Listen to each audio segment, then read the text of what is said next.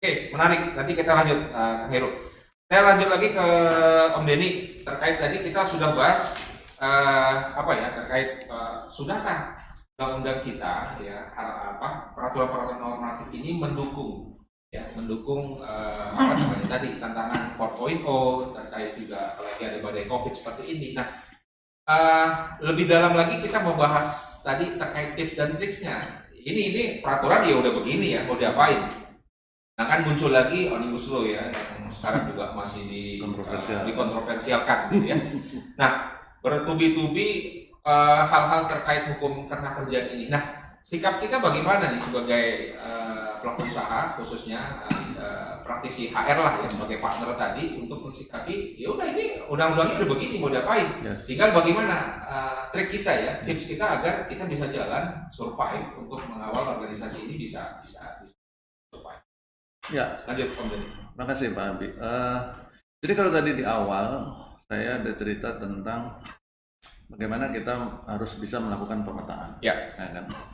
Karena saya fokus kepada fungsi kita, kita dalam arti teman-teman ini, termasuk saya sebagai bagian dari manajemen, ya, mendukung si pebisnis tadi, ya kan?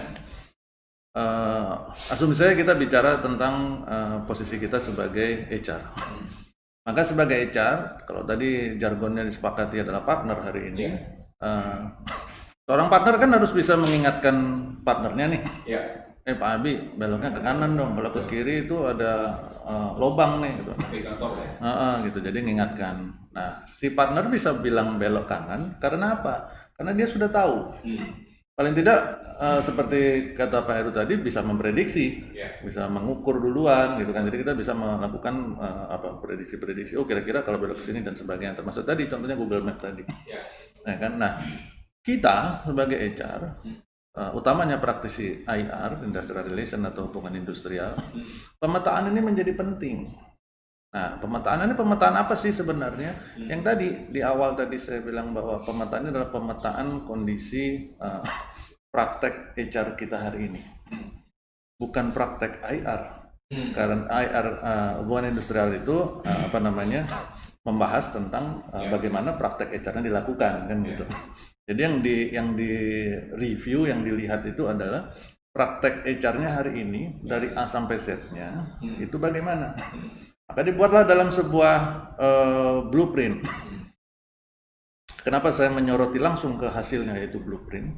Karena tadi kan saya sangat sepakat dengan Pak Heru sampaikan bahwa kalau kita membuat laporan ke pebisnis, terus laporannya datanya banyak banget tuh, analisanya berlembar-lembar 30-40 lembar, itu si pebisnis cuma ngeliat di depan, tunya siapa, judulnya apa, sama di bagian belakang kan tadi saran, advice, rekomendasinya, itu doang. Terus kalau ada nilai dia lihat, cari nilainya, udah sama tanggalnya. Itu aja yang dia lihat. Nah, yang harus kita siapkan kepada para pebisnis adalah informasi yang kalau istilah kerennya ini katanya komunikatif. Nah, kan?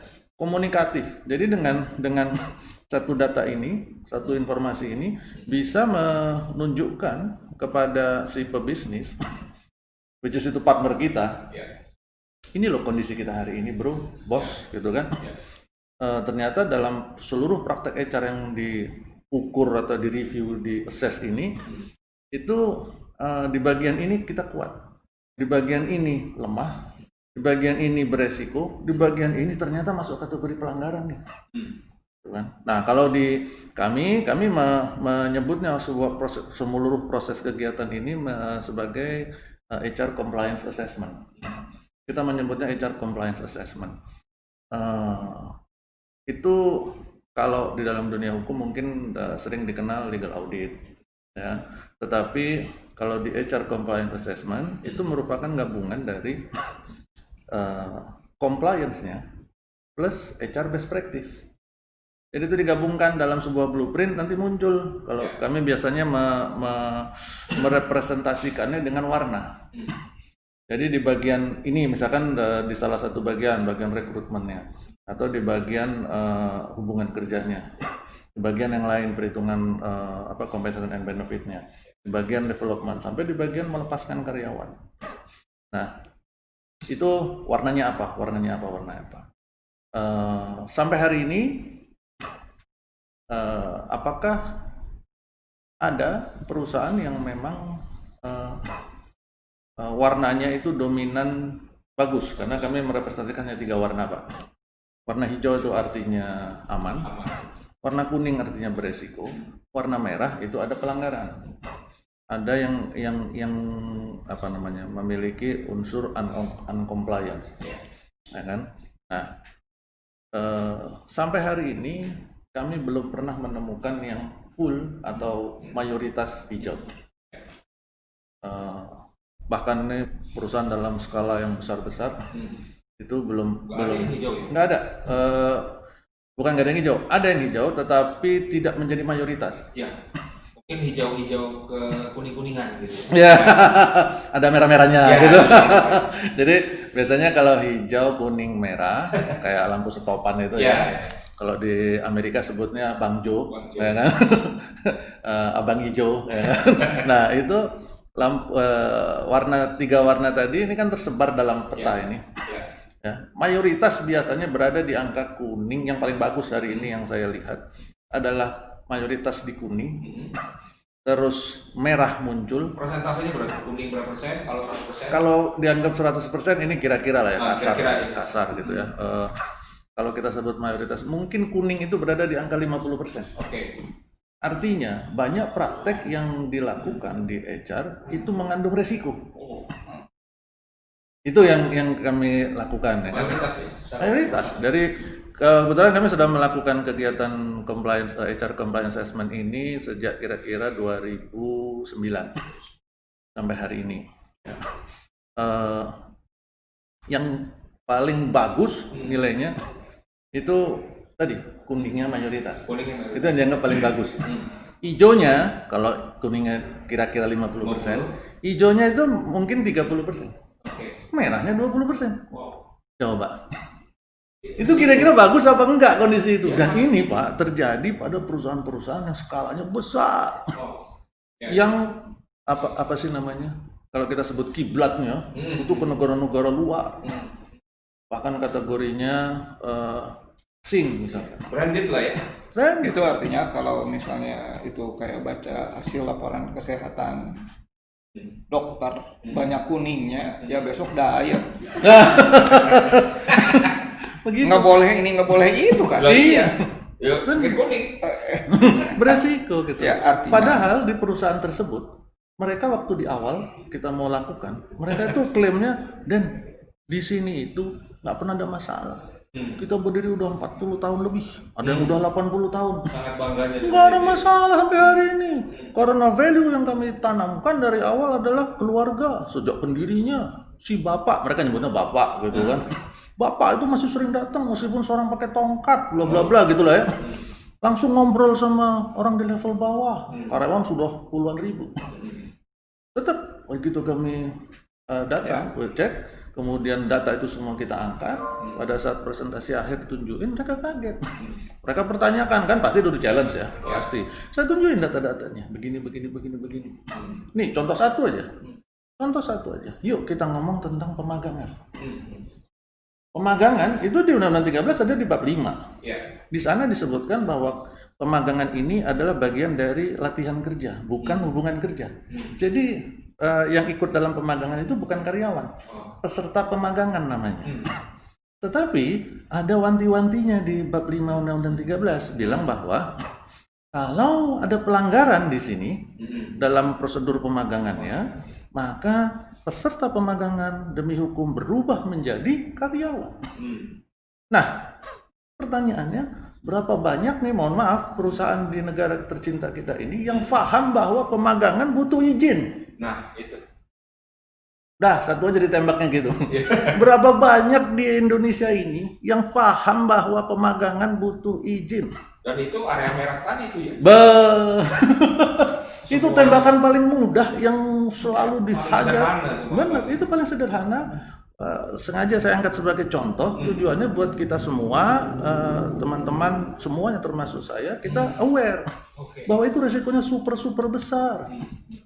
Super besar. Pemagangan nggak boleh lebih dari 30% dari jumlah karyawan. Ada izinnya, ada kurikulumnya, ada fasilitasnya, ada trainernya. Si fasilitator trainer harus ada CV-nya, dan ini semua harus dapat izin.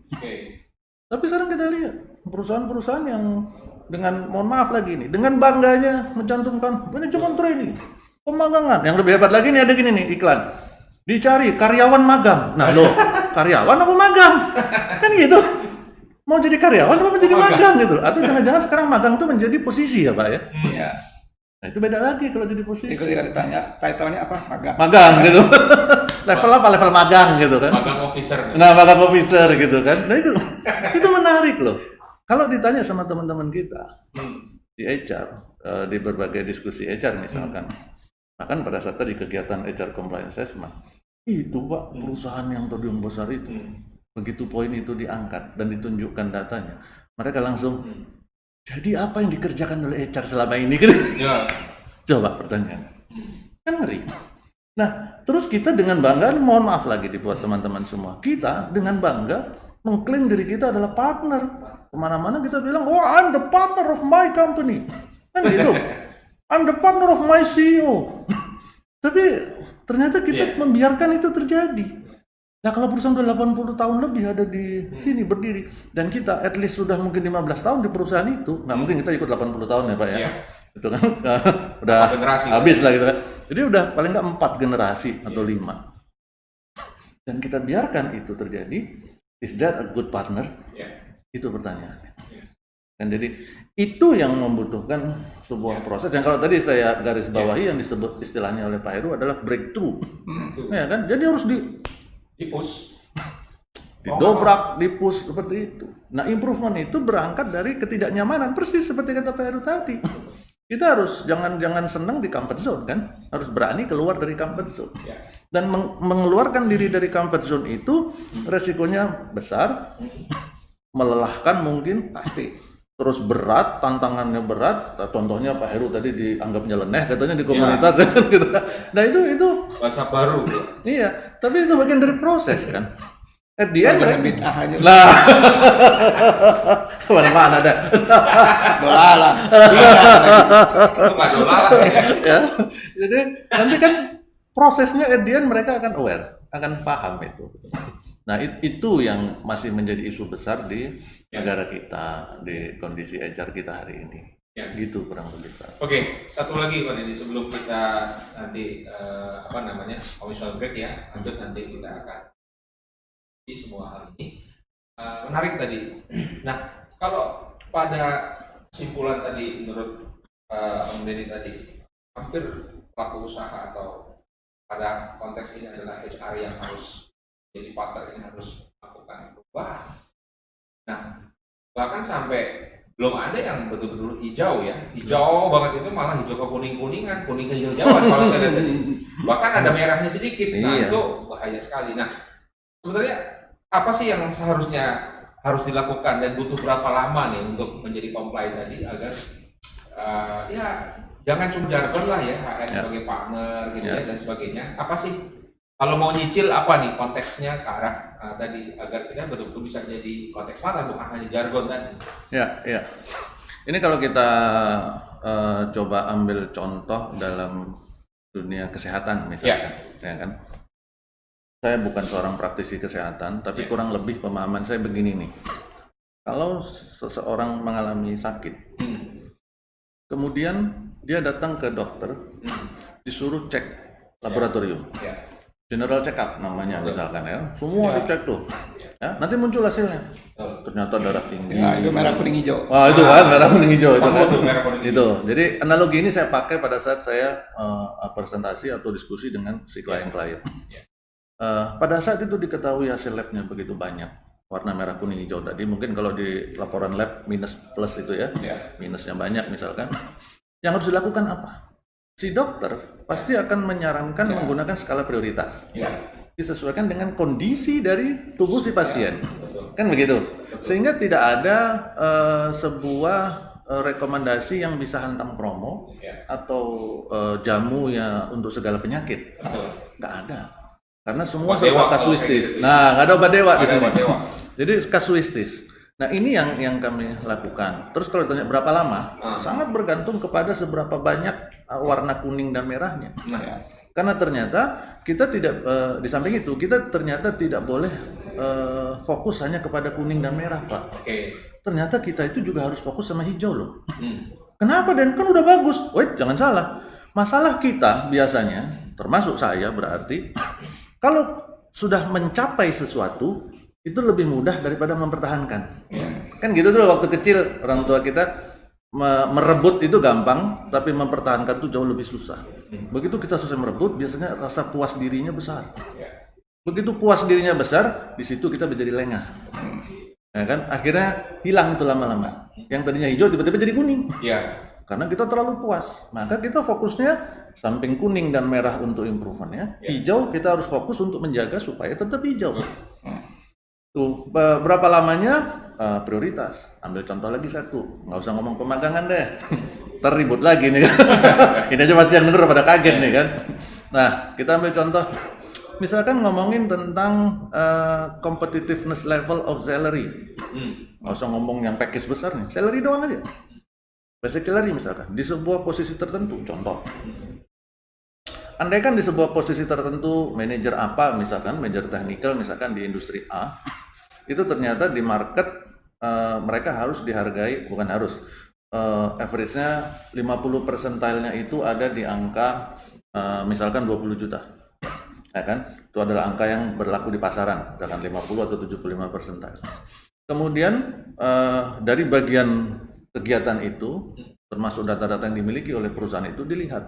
Ternyata kita masih memiliki manajer di bidang technical tadi yang gajinya masih 9 juta.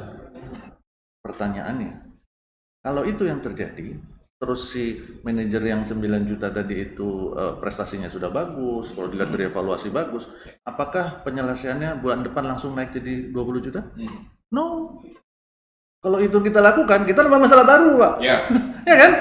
Karena kita berhubungan dengan manusia yang tadi kalau kata Pak Heru susah ngukurnya. Ya. Hati yang berperan nanti, ya kan? Begitu bulan depan kita kasih tahu, Pak Abi, gaji Bapak sebagai manajer technical ternyata dari hasil itu di market 20 juta. Nah, berarti bulan depan Bapak saya naikkan jadi 20 juta ya? Harapannya masalah selesai, case close. Enggak. Begitu tahun depan di bulan yang sama dia berharap jadi 40 juta, Pak. Ya. Karena dia, sekarang aku naik 100%, tahun depan nggak mungkin di bawah 50%, harus 100% juga. Kan gitu tuh, akhirnya jadiin parameter buat dia. Ya. Itu baru ngomongin ekspektasi di tahun depan. Yang lebih parah lagi, begitu dikasih tahu, ini misalkan nih mohon maaf nih, HR-nya lugunan nan naif misalkan. Lugu, bukan lu goblok kan? Begitulah. Kan kita harus agak halus nih Pak ya, harus agak halus gitu. Nah, dia bilang, Pak Abi, Ya. alasannya dijelasin apa adanya. Bapak itu ternyata di market Pak underpaid gitu kan. Terus setelah dinaikkan, apa yang ada dalam hati kita yang dinaikkan tuh? Kurang ajarnya ternyata selama ini perusahaan ngakalin gue nih, kan gitu. Ternyata yang muncul bukan ini kan, bukan semangat tetapi dendam. Nah, artinya kita di HR kan ini uniknya tadi kalau kata Pak Heru. Kita harus hati-hati bahkan untuk menyampaikan sebuah alasan yang sebenarnya kita harus memolesnya sedemikian rupa sehingga yang disebut diplomasi tadi tercapailah tujuannya, tetapi tidak menimbulkan masalah-masalah baru. Itu, ya kan? Sehingga di HR kalau ngomong sederhananya kita nggak bisa ngomong datang mau ngasih surat peringatan sama si karyawannya. Pak Abi, Bapak dikasih surat peringatan. Kenapa Pak? Nggak tahu, Pak Heru yang nyuruh. Ya, itu nambahin perang baru namanya. Ya kan? Ini yang harus diperbaiki. Dan proses tadi kayak memperbaiki nilai dari 9 juta jadi 20 juta berapa lama? Lama prosesnya Pak. Di beberapa tempat saya menyarankan kepada si perusahaan untuk membuatnya bertahap tetapi dengan syarat. Jadi nggak langsung. Bulan depan mungkin dia cuma naik 2 juta. Setelah itu dikasih project. Kasih project yang kita tahu dia mampu dan semangat. Terus udah begitu selesai projectnya naik lagi dikit. Terus sampai akhirnya dia mendekati angka itu. Ya kan? Sehingga dia merasa bahwa hasilnya adalah hasil dari effort tadi. pencapaian buat dia. Nah, itu artinya kita mengembalikan dia ke posisi yang market. Di sisi lain kita justru menimbulkan semangat baru buat si karyawan.